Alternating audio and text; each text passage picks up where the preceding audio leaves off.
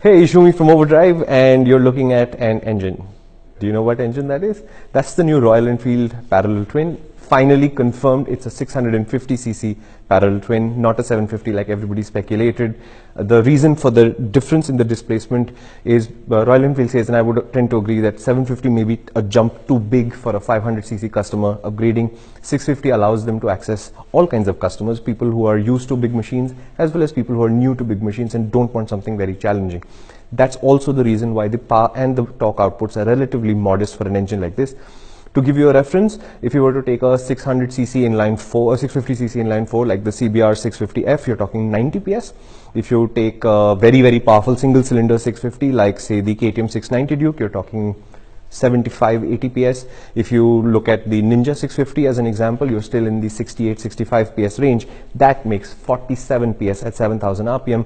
It makes 53 Newton meters of torque at 4,000 RPM. Royal Enfield says it's a fat torque curve, it's easy to ride, but it can go quite quickly if you want. Motorway speeds are entirely possible. It's one customer that Royal Enfield hasn't been able to get so far because the current Royal Enfields just don't do motorway speeds easily. This thing will. So that's the background on which this engine is designed, and despite the way it looks, and it looks like this because the 1948 500 twin inspired the engine cases as it were.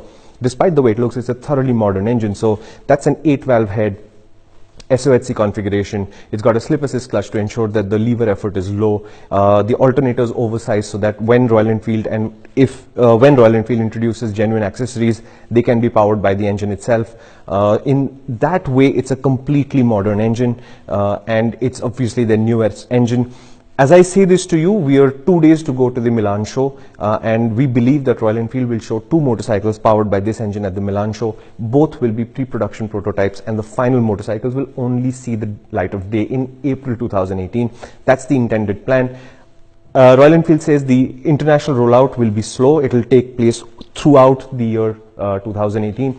But we're expecting India to be in one of the first markets. We don't have a confirmation yet. And if that is the case, then this motorcycle should go on sale by April. And they have confirmed that the motorcycle will have ABS, which becomes mandatory in April. We have seen some forms of the prototype. So we're expecting one cafe racer and one motorcycle with a normal street style handlebar. I am not moving around in this video primarily because there's a turntable and I'm not allowed to step on that, but I can actually turn the engine. So if you'd like to look at the other side, in theory it's a little heavy, but we can rotate this engine and show you the other side of what it looks like. So that's what this engine looks like, and as I said, we'll be powering 2 motorcycles that should appear by April.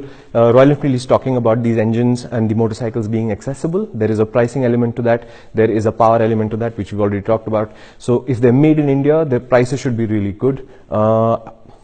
I'm not supposed to be speculating about price, but I'm a journalist, I can't help it, right? So an engine like this, 4.5, 5.5 lakh rupees, I think would be excellent pricing, depending on what this final spec turns out to be. We did see the motorcycle being ridden at the Bruntingthorpe Proving Ground today by their test rider.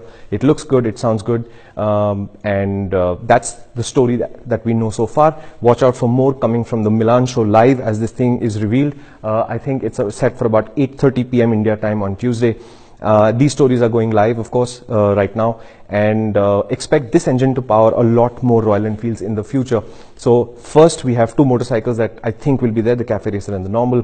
This might be the basis for something like a bigger Himalayan, a proper adventure tourer style kind of motorcycle that comes later. And obviously this is part of a product plan, so there will be more Royal Enfields in the future as well. This is Overdrive coming to you from the Royal Enfield's new UK Technical Centre at Bruntingthorpe, which is close to Leicester in the United Kingdom.